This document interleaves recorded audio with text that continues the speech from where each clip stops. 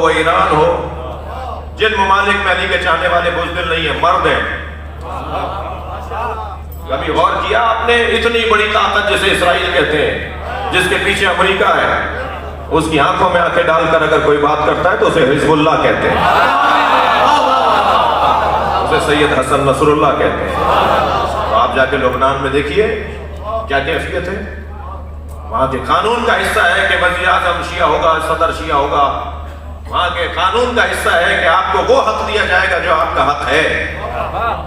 اور بڑی تعداد میں مسیحیوں سے پوچھئے، روڈ چلتے ہوئے مسیح سے پوچھئے کہ آپ شیعوں کو کیسا جانتے ہیں، فوراً تعریف کریں گے. یہ 32 دن کی جنگ میں پورے لبنان کو ادھیڑ کر رکھ دیا تھا. سارے پل گرا دیے تھے، بڑی بڑی عمارتیں گرا دی تھی. 1 سال کے اندر دوبارہ اس سے بہتر ملک بنا دیا. اور وہ پیسہ سارا حزب اللہ نے خرچ کیا. میں کوئی سیاسی باتیں نہیں کر رہا ہوں، یہ روشن مثالیں ہیں. آج تو الحمدللہ کوئی بات چھپی بھی نہیں ہے. علی کا چاہنے والا 3 کمزوریاں دور کر لے. میں پاکستانی شیعوں سے بات کر رہا ہوں. علی کا چاہنے والا، بھائی مجلس تو میں علی پیلس میں پڑھ رہا ہوں، مگر مجلس علی پیلس کے لیے نہیں پڑھ رہا. مظفر آباد کے لوگ بھی سن رہے ہیں، پوری دنیا میں لوگ سن رہے ہیں. پاکستانی شیعوں سے خاص طور پر مخاطب ہوں. پہلی بات یہ کہ اپنی بزدلی کو ختم کریں، مرد بن کر دکھائیں، بہادری دکھائیں. یہ جو سانس میرے اندر گیا ہے نا، نہیں پتہ باہر بھی آئے گا نہیں آئے گا. تو میں اپنے 21واں گریڈ بچانے کے لیے ہاتھ کیوں مانگتا ہوں؟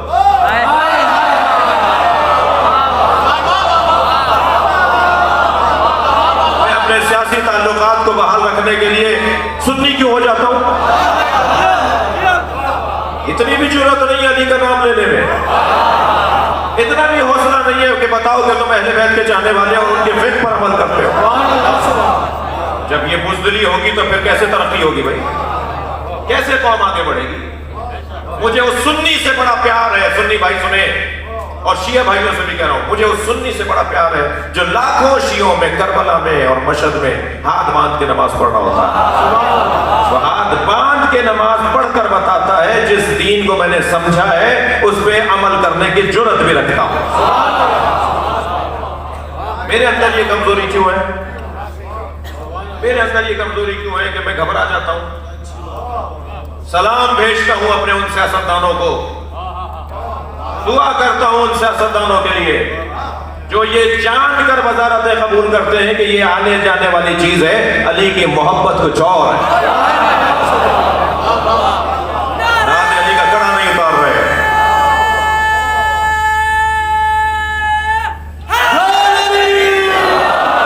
نام علی کا کڑا نہیں اتار رہے. درود پڑھ کر بات شروع کرتے ہیں اور دھڑلے سے کہتے ہیں کہ ہاں مجھے فخر ہے کہ میں شیعہ ہوں. جیسے اسے فخر ہے. عجیب بات ہوئی تھی جب مشرف صاحب نے ایک بیان دیا تھا، کچھ مسئلہ ہوا تھا پاکستان میں، تو ہر اخبار کا سب سے بڑا ٹائٹل اور سب سے بڑی سرخی تھی کہ میں سنی سید ہوں. تو اگر ایک سنی فخر سے کہہ سکتا ہے کہ میں سنی ہوں تو تم کیوں نہیں کہہ سکتے کہ میں شیعہ ہوں؟ بزدل اور علی کا چاہنے والا. یہ کمزوری دور کرنی ہوگی. اور یہ میں اس لیے نہیں کہہ رہا کہ کوئی فرقہ واریت پڑھانا چاہ رہا ہوں، میں سنیوں کے خلاف کوئی ماحول بنا رہا ہوں. میں اس مزاج کا یاد بھی نہیں ہے.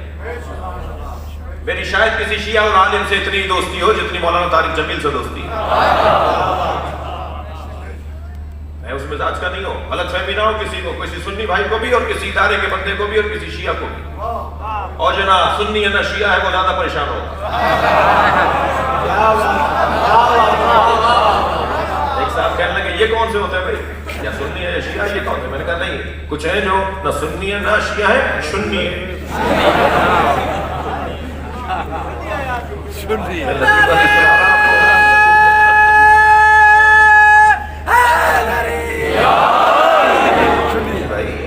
آپ نے سمجھا ایک چیز کوئی مشکل نہیں ہے. آپ آکسفورڈ کے پڑھے میں، آپ کیمبرج کے پڑھے میں، آپ نے او لیولز کیا ہے، آپ نے اے لیولز کیا ہے، آپ نے مثال میٹرک نظام سے پڑھا ہے، تعارف کروائی. آپ نے کراچی یونیورسٹی سے پڑھا ہے، آپ نے حیدرآباد یونیورسٹی سے پڑھا ہے.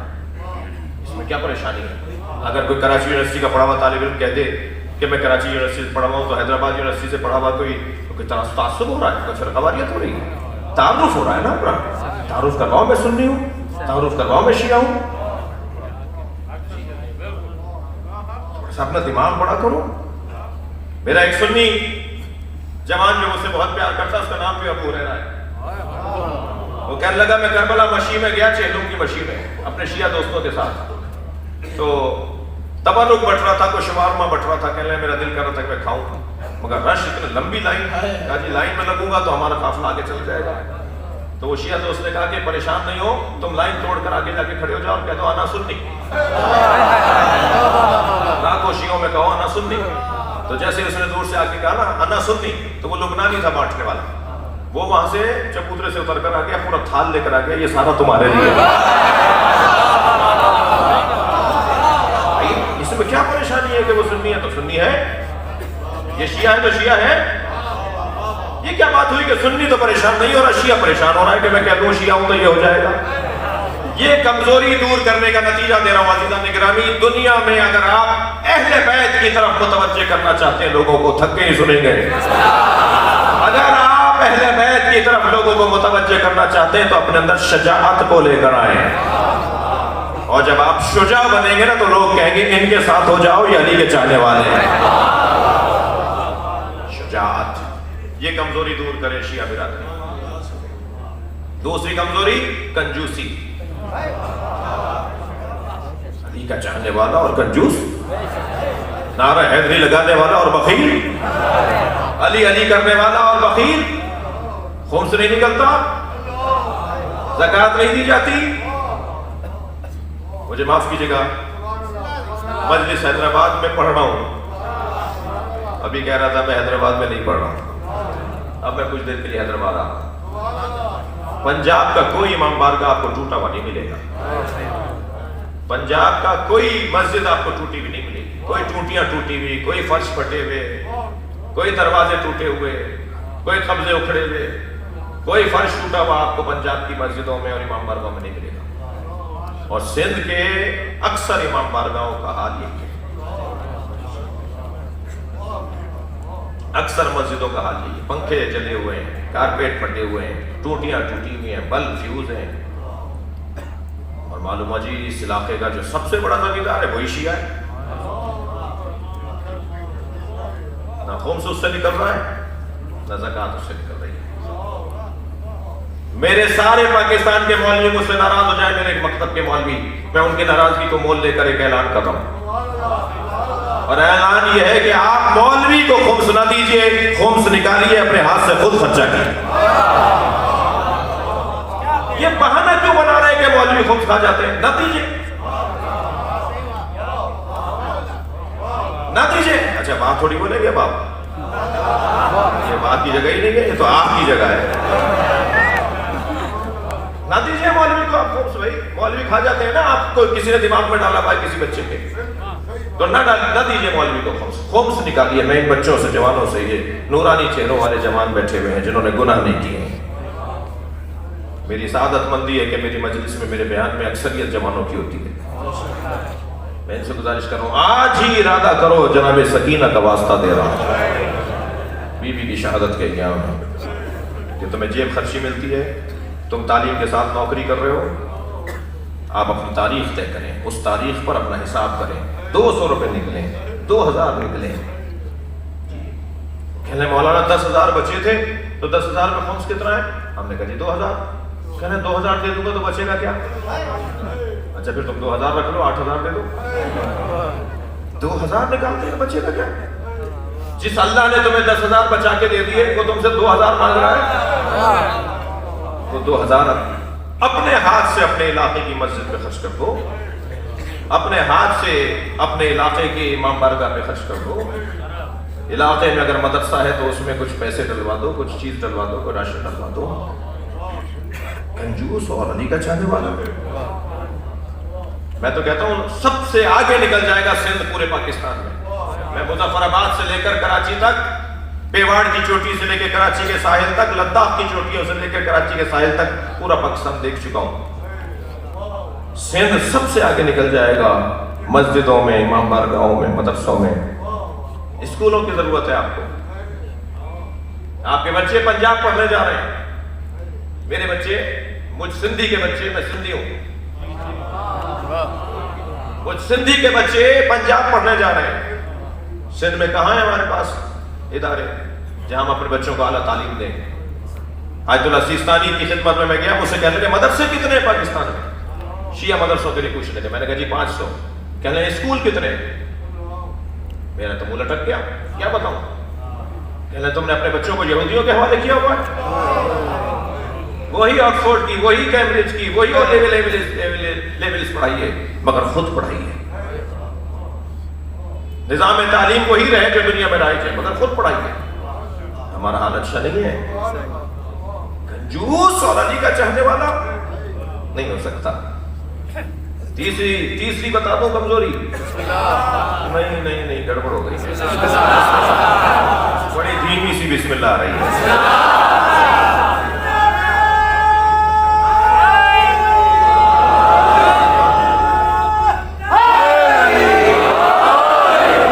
تیسری کمزوری جو میری قوم کے اندر ہے عزیزان گرامی, وہ ہے تنگ نظری. تنگ نظری ختم کریں. نہ لسانی بنیاد پہ تنگ نظری اور نہ ہی مذہبی بنیاد پہ تنگ نظری. انسانیت کو اولویت دیں. جتنا میں انسانیت کو اولویت دوں گا, علی کا قرب بڑھنے لگے گا. ایک یہودی عورت کو پٹتے ہوئے دیکھا تھا علی نے, میرے مولا کا کھانا پانی اٹھ گیا. انسانیت.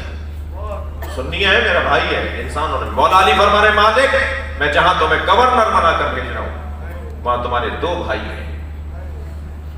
اما اخ لک فی الدین, یا تمہارا دین میں بھائی ہے یا انسان ہونے میں بھائی.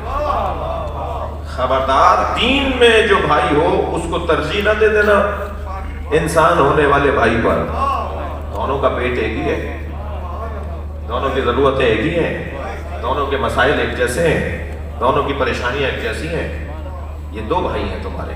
2 بھائی کہہ کر کم سے کم دینداروں کو میرے مولا نے فضیلت عطا کی ہے, لیکن ترجیح بلا مرجع نہیں, ترجیح انسانیت کو مد نظر رکھتے ہوئے. یہ تمہارا انسان ہونے میں بھائی ہے. سنی ہے کوئی بات نہیں, دیوبندی ہے کوئی بات نہیں, بریلوی ہے کوئی بات نہیں, ہمارا ہے, ہماری جان ہے. فلاحی ادارے بنائیں گے, اس میں ہم یہ نہیں سوچیں گے کہ یہاں علاج کروانے شیعہ آئے گا. اسکول بنائیں گے, یہ نہیں سوچیں گے کہ شیعوں کے لیے اسکول بن رہا ہے. نہیں, سب کی خدمت. کربلا کمال انسانیت کی سرزمین کو کہا جاتا ہے. مولا نے چند مسیحیوں کو بلا لیا. کبھی غور فرمایا کہ چرچوں میں امام حسین, چرچ میں مسیحیوں کے مراکز میں امام حسین کا نوحہ کیوں پڑھا جاتا ہے؟ اس کی ایک بڑی وجہ ہے, کربلا کے شہیدوں میں ایک مسیحی خاندان کا بھی ہے. کبھی غور فرمایا سنی غیر شیعہ بھی امام حسین کی عزاداری کیوں مناتے ہیں؟ کربلا میں زہیر خین, مسلم ابن اوسجا, یہ جو جتنی شخصیات ہیں ان میں کئی شخصیات ایسی ہیں جو شیعہ نہیں تھے. یعنی اس وقت کے جو شیعہ کہلاتے تھے وہ بھی نہیں تھے, جو اس وقت میں شیعہ کی تعریف تھی وہ بھی نہیں تھے. وہ عثمانی العقیدہ تھے. کیوں امام حسین پر ہر شخص جمع ہونے کو تیار ہے, آنے کو تیار ہے. امام حسین کے نام پہ مجمع کیوں لگنے کو تیار ہے؟ اس لیے کہ حسین نے انسانیت کی بنیاد پر. کربلا اقدار کی جنگ ہے, اقتدار کی جنگ نہیں ہے. تہذیب کی جنگ ہے, انسانیت کے فروغ کی جنگ ہے. 3 چیزوں کو دور کرنا ہے, کنجوسی کو, بزدلی کو اور تنگ نظری کو. ہمارے عزیز ہیں, ہماری بھائی ہیں, بات کریں گے, گفتگو کریں گے, پیار سے بولیں گے, آرام سے بولیں گے. اور جب ہم ایک دوسرے سے قریب ہوں گے, یا وہ مجھے منوا دے گا یا میں اس کی مانوں گا, بس یہ ہوگا, یہ زیادہ سے زیادہ یہ ہوگا. اور ہمیں کربلا والوں سے یہی پیغام ملتا ہے. یہ بات ہی نہیں کی امام حسین نے کہ تم میرے بابا کو پہلا خلیفہ مانتے ہو یا چوتھا. فرمایا میرے نانا نے تمہارا نام مجھے شہیدوں میں دیا ہے. زہیر خین بار بار پوچھ رہے تھے مولا عباس سے, زہیر کا پتہ لگاؤ, زہیر کہاں ہے, زہیر کہاں ہے. معلوم ہوا کہ زہیر مکے کے سفر پر ہیں. وہ مکے آ رہے تھے, حسین مکے سے جا رہے تھے. کہ سامنے سے قافلہ آتے ہوئے دیکھا، پوچھا کون ہے؟ کہا حسین کا قافلہ ہے۔ کہا رستہ بدل دو۔ زہیر قین نے کہا رستہ بدل دو، اپنے غلام سے کہا رستہ بدل دو۔ چند سواریوں پر تھے، رستہ بدل دیا۔ امام کو آ کے جناب عباس نے فرمایا وہ جو رستہ بدل کے جا رہے ہیں وہ زہیر ہیں۔ فرمایا اپنے قافلے کو روک دو، اور جب قافلہ رک گیا تو فرمایا جاؤ زہیر سے جا کے کہو کہ حسین بلا رہے ہیں۔ جب مولا عباس گئے نا جناب زہیر کے پاس تو زہیر قین نے اپنے غلام سے کہا کہ ہمارے ان گھوڑوں میں فلاں گھوڑا جو ہے، گھوڑوں میں فلاں گھوڑا جو ہے وہ زیادہ طاقتور، زیادہ صحت مند ہے، زیادہ خوبصورت ہے، اچھی سواری دیتا ہے، وہ لے آؤ، میں حسین کو ہدیہ بھیجوں گا۔ لگام پکڑ کر کہا عباس یہ حسین کو میری طرف سے ہدیہ دے دینا۔ امام نے مولا عباس سے فرمایا یہ واپس کر دو، اور زہیر سے کہو کہ ہمیں تمہارے گھوڑے کی ضرورت نہیں ہے، ہمیں تو تمہاری ضرورت ہے۔ زہیر نے کہا کہ جا کے حسین سے کہو میں مسلمانوں کی جنگ میں نہیں پڑنا چاہتا، یہ مسلمان آپس میں لڑیں گے، میں اس جنگ میں نہیں پڑنا چاہتا۔ امام نے پھر حضرت عباس سے فرمایا زہیر سے کہو کہ میں ان سے ملنے آ رہا ہوں۔ جب خود امام حسین ملنے گئے زہیر کے ہاتھ پیر کانپنے لگے، حسین آ رہے ہیں۔ اپنے خیمے سے نکل کر باہر گئے، امام کا استقبال کیا۔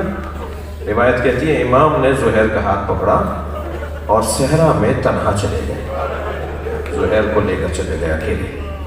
کچھ دیر وہاں رہے، اور وہاں سے جب لوٹے تو امام اپنے گھوڑے پر بیٹھ کے اپنے خیموں کی طرف، اور زہیر اپنے خیمے میں آ گئے، اور آتے کے ساتھ ہی سامان جمع کرنے لگے۔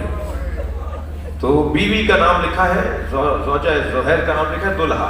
دلہا نے کہا کہ کیا ہو رہا ہے، کیا ارادہ ہے؟ کہنے لگا میں تمہیں طلاق دینا چاہتا ہوں۔ کہا ہماری تو کبھی لڑائی بھی نہیں ہوئی زندگی میں، آپ مجھے طلاق کیوں دینا چاہ رہے ہیں؟ کہا میں حسین کے ساتھ جا رہا ہوں، اور حسین نے مجھے جنت میں میرا مقام دکھا دیا، اور حسین کے نانا رسول نے میرا نام حسین کو لکھ کر دیا ہے کہ کون کون کربلا میں شہید ہوگا اس میں ایک نام زہیر کا ہے، لہٰذا میں تو بڑا قسمت والا ہوں، اور میں اگر تمہیں طلاق نہیں دوں گا تو عدت وفات لمبی ہوتی ہے، طلاق کی عدت کم ہوتی ہے، جلدی تم میری نسبت سے دور ہو جاؤ گی۔ تو پیروں میں گر گئی، کہنے لگی ساری زندگی اپنے ساتھ رکھا، اب نبی ذاتیوں کی خدمت کا وقت ہے، مجھے اپنے ساتھ لے کے چلیے۔ آپ ہی نے تو بتایا ہے نا کہ اس قافلے میں زینب بھی ہے، اجرکم اللہ، اس قافلے میں نبی ذاتیاں بھی ہیں، علی کی بچیاں بھی ہیں۔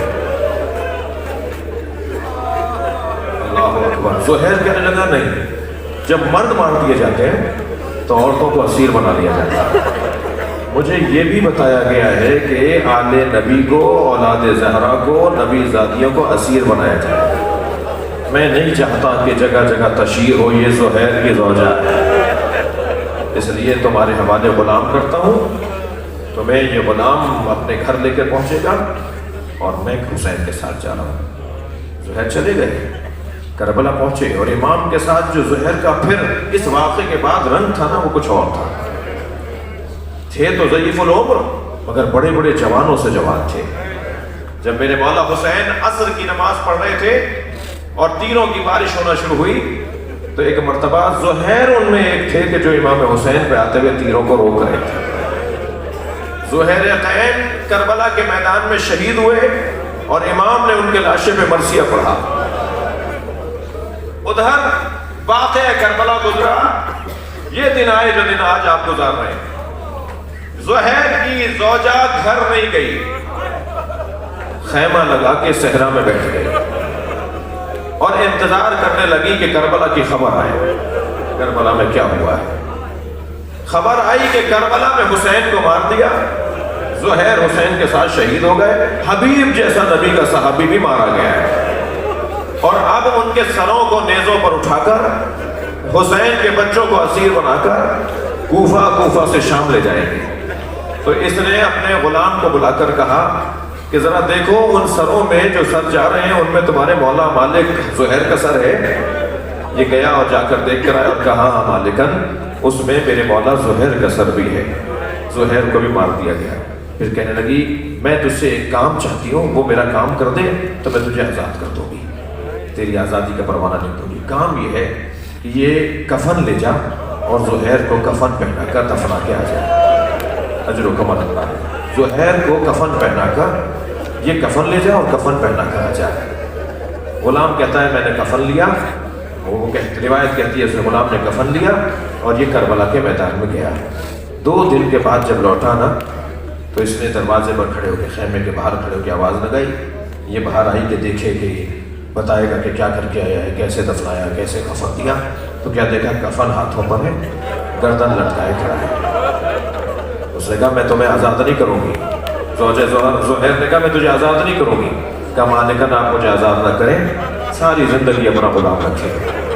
کہا میں نے تجھے کفن دیا تھا، اپنے مولا کو کفن نہیں پہنا سکا؟ تو آنکھوں میں آنسو بھر کے کہنے لگا کفن ایک تھا، وہاں زہرا کا لال، وہاں علی اکبر، وہاں اونو محمد۔ ایک کفن اگر مالک کو پہنا کر آ جاتا تو کل نبی کو کیا جواب دیتا؟ اجر و کمال اللہ، اجر و کمال اللہ۔ آپ کی آوازیں بلند ہیں، اللہ کسی غم میں نہ رلائے سوائے غم اہل بیت۔ مجھے جلدی نہیں ہے مصائب کا دورانیہ، اللہ کرے میں بیان کر پاؤں۔ ایام شہادت جناب سکینہ، اللہ آپ کے گھروں میں جو بچیاں ہیں انہیں آبرو عطا فرمائے، ان کی حفاظت فرمائے، ان کی تربیت کی آپ کو توفیق عطا فرمائے۔ آپ نے بہت سنا ہے، بہت دیکھا ہے، بہت محسوس کیا ہے کہ بیٹیوں کو باپ سے محبت ہوتی ہے۔ جب باپ گھر میں آتا ہے نا تو اس بیٹے تو شاید کسی کھیل کود میں لگے ہوئے ہوں، لیکن بیٹی سارے کام چھوڑ کر باپ سے نپٹ جاتا ہے۔ کبھی ابا کی جوتیاں اتارے گی، جوتے اتارے گی، کبھی پیار کرے گی، کبھی گلے میں لٹکے گی۔ بیٹیاں باپ سے بڑی جڑی ہوئی ہوتی ہیں، یہ محاورہ بھی ہے اور یہ مشاہدہ بھی ہے۔ میں نے کربلا کے میدان میں دیکھا، ذوالجناح خبر شہادت پہنچانے جب آیا نا، امام حسین کی شہادت کی خبر جب پہنچانے آیا تو ڈھونڈ رہا تھا سکینہ کہاں ہے، اور اسی خیمے پہ جا کر اس نے پیر مارنا شروع کیے جس خیمے میں جناب سکینہ تھی۔ بیوی نے بابا کے گھوڑے کی آہٹ سنی، باہر آئی، گھوڑا گردن لٹکائے کھڑا تھا، بڑے وقار کے ساتھ، سمجھداریاں قربان ہو سکینہ پر، بڑے وقار کے ساتھ قدم اٹھائے، گھوڑے کے قریب آئی، گھوڑے نے گردن جھکا دی تو اس کے سر پر ہاتھ رکھتے ہوئے بس ایک ہی جملہ کہا، حل سقیا ابھی ام قتل شاہ، مجھے اتنا بتا دے میرے بابا کو پانی پلا کر مارا، یہ میرے بابا کو پیاسا مار دیا۔ اجر و کمال اللہ، اجر و کمال اللہ۔ جو رو رہے ہیں اپنی آوازوں کو آزاد کریں گے، بہت بڑا مجمع ہے، آپ کے رونے کی آوازیں بلند ہیں۔ جب آپ بلند آواز سے روتے ہیں امام جعفر صادق دعا دیتے ہیں، یا اللہ ہی ہمارے عمر کو زندہ کر رہے ہیں۔ اس بچی نے زندان شام میں قضا ہے۔ کبھی سوچا میرے بھائیوں نے جناب سکینہ کی شہادت کیسے ہوئی؟ سکینہ کی شہادت دل بند ہو جانے کی وجہ سے۔ بھائی ایک بچی کتنا برداشت کرتی ہے، کیا کیا منظر اس نے نہیں دیکھے، کیا کیا منظر اس نے نہیں دیکھے، سنیں گے اس نے کیا کیا منظر نہیں دیکھے۔ بھائی سید سجاد کے نیچے سے بستر کھنچتا ہوا، اس نے دیکھا کہ جناب زینب کے سر سے چادر اتر ہے، اس نے دیکھا کہ بابا حسین پہ گھوڑے دوڑائے جا رہے۔ 11 محرم کو آئی تھی نا بابا کے لاشے پر، تو امام حسین کا لاشا پہچانا نہیں جا رہا تھا۔ اس بیوی نے یہ منظر بھی دیکھا ہے، اور پھر جب کوفے کے بازار سے گزری ہیں، شام کی راہوں سے گزری ہیں، تو کیا کچھ نہیں ہوا اس کے ساتھ؟ جو رونے آئے ہیں جملہ محسوس کریں گے، میں نے اور ہم نے اور آپ نے، ہم سب نے یہ بار بار سنا اور پڑھا کہ سکینہ اونٹ سے گر گئی، مگر نہیں عزیزو، روایت یہ ہے کہ سکینہ بیوی کو گرایا گیا۔ بہت مختلف ہے، بہت مختلف ہے، گرنا اور ہے، گرایا جانا اور ہے۔ جب بابا کا سر آتا تھا نا، آواز دی بابا مجھے تماچے مارتے۔ جب بھائی علی اکبر کا سر آتا تھا، آواز دیتی تھی بھیا مجھے اپنے ساتھ لے جاؤ۔ اور جب بیوی فریادیں کرتی تھی پورا قافلہ روتا تھا، ساری بیویوں کی فریادیں بلند ہو جاتی تھی۔ ایک ظالم نے دوسرے ظالم سے کہا کہ کیا کریں اس بچی کا رونا بند ہو جائے؟ تو اس نے کہا اس کا اونٹ آخر میں لے آؤ، میں اسے اونٹ سے گرا دوں گا، تم قافلہ آگے بڑھا دینا۔ سنیں گے عزیزارو، بیوی کو اونٹ سے گرا دیا گیا،